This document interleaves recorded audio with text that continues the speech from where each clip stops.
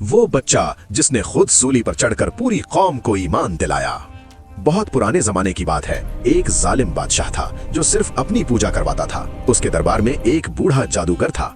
बादशाह ने हुक्म दिया, इस जादूगर के पास एक लड़के को भेजो ताकि वो जादू सीखे। वो लड़का रोज जादूगर के पास जाता, मगर रास्ते में एक राहिब मिलता था जो अल्लाह की इबादत करता था। लड़का रुकता, सुनता और दिल में ईमान की रोशनी जलती जाती।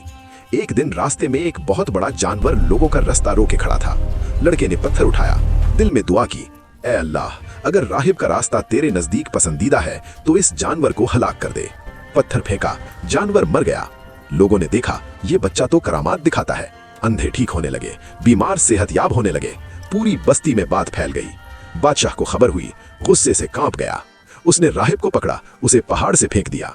उसने लड़के को पकड़ा, समुंदर में फेंकने का हुक्म दिया, मगर हर बार अल्लाह ने बचा लिया। लड़के ने खुद बादशाह से कहा, तू मुझे नहीं मार सकता जब तक ये न करे। लोगों को जमा कर सूली पर चढ़ा और कह, बिस्मिल्लाह रब्बे हाजल गुलाम। बादशाह ने वही किया, तीर चलाया।